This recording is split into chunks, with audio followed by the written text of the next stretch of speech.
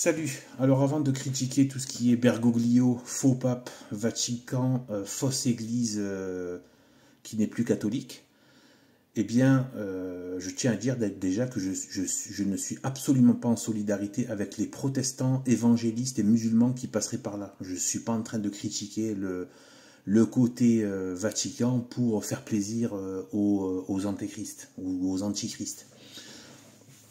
Voilà, ou aux hérétiques, ou aux infidèles. Je le fais pour, le catholicisme.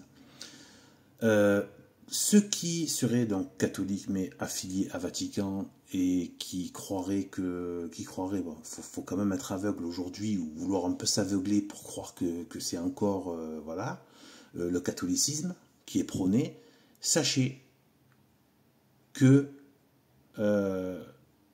ce n'est plus le catholicisme qui est prôné. C'est fini.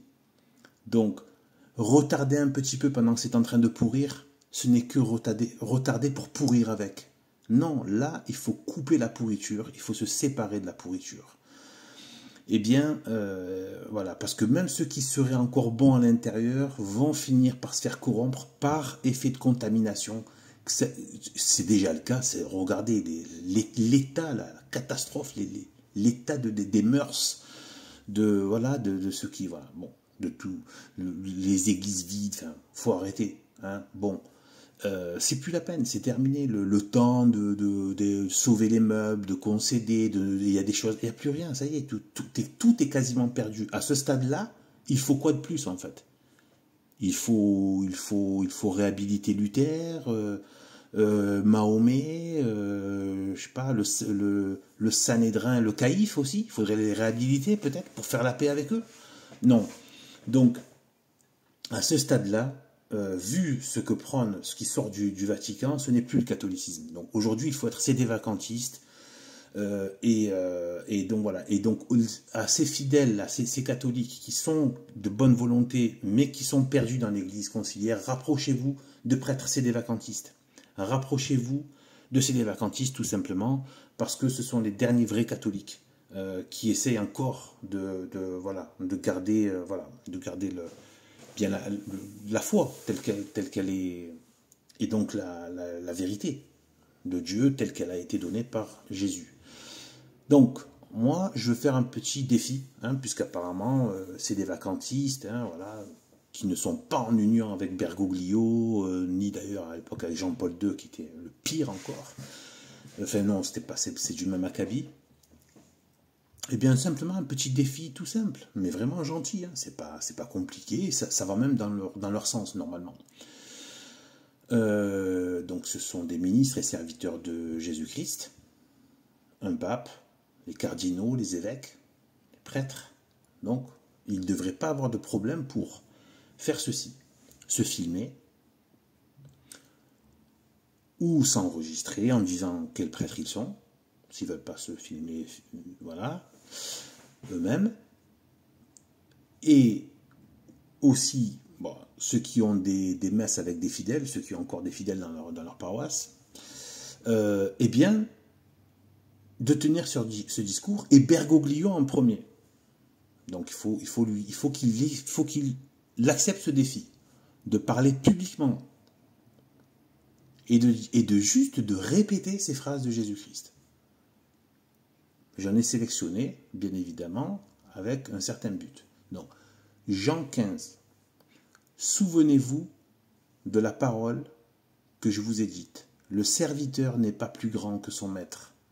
S'ils m'ont persécuté, ils vous persécuteront aussi.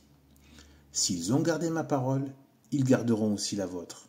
Mais ils vous feront toutes ces choses à cause de mon nom, parce qu'ils ne connaissent pas celui qui m'a envoyé.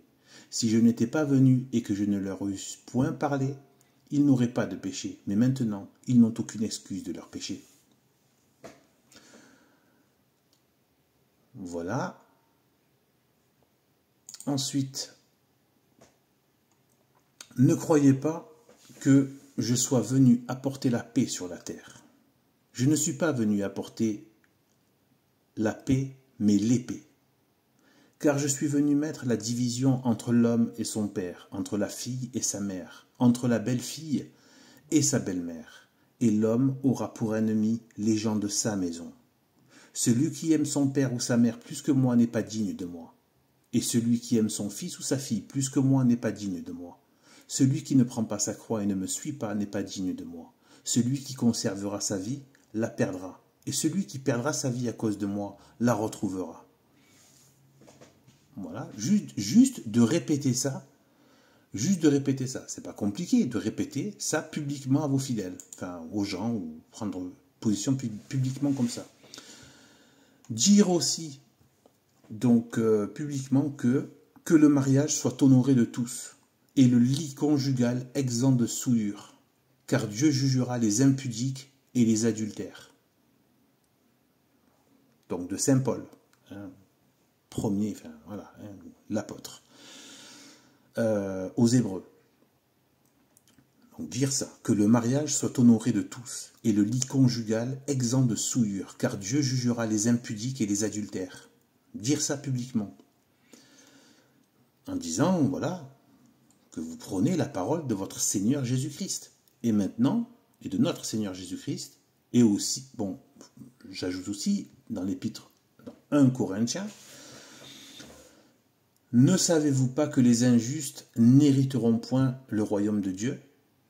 Ne vous y trompez pas, ni les impudiques, ni les idolâtres, ni les adultères, ni les efféminés, ni les infâmes, ni les voleurs, ni les cupides, ni les ivrognes, ni les outrageux, ni les ravisseurs n'hériteront le royaume de Dieu.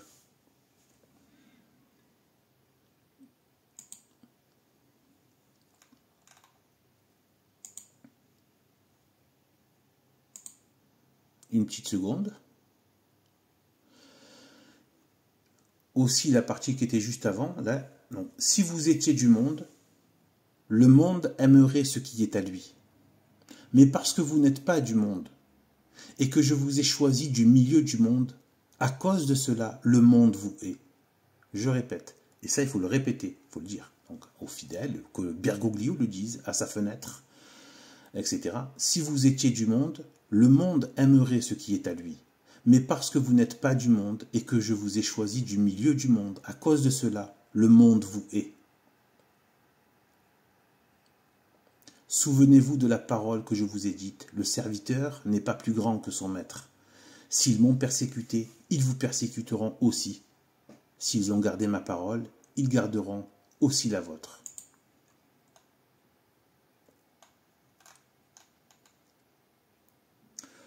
Je répète encore, ne croyez pas que je sois venu apporter la paix sur la terre, je ne suis pas venu apporter la paix, mais l'épée.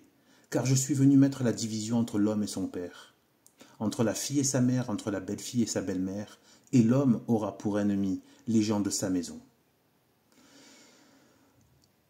Eh bien, voilà, c'est un défi tout simple, hein, voilà, de tenir cette morale, la véritable morale de Dieu, publiquement. Voilà. J'attends que, voilà, que les ministres de Dieu, les ministres de Jésus-Christ, montrent que les célibacantistes sont juste des, sont trop extrémistes, sont trop traditionnalistes, etc., sont trop intégristes, etc., hein, c'est-à-dire les mêmes mots que le système. Et voilà. Et après, on verra est-ce qu'il le ferait, ça. C'est simple, hein, voilà. Et peut-être que, bon, bah, alors là, on se dira, bon, ça va, ok, on va peut-être, réviser notre copie. Mais bon, on ne se fait pas d'illusions, c'est un défi. Très gentil, hein, je vais répéter les phrases de son Seigneur, c'est très mignon. Bon, voilà, à plus.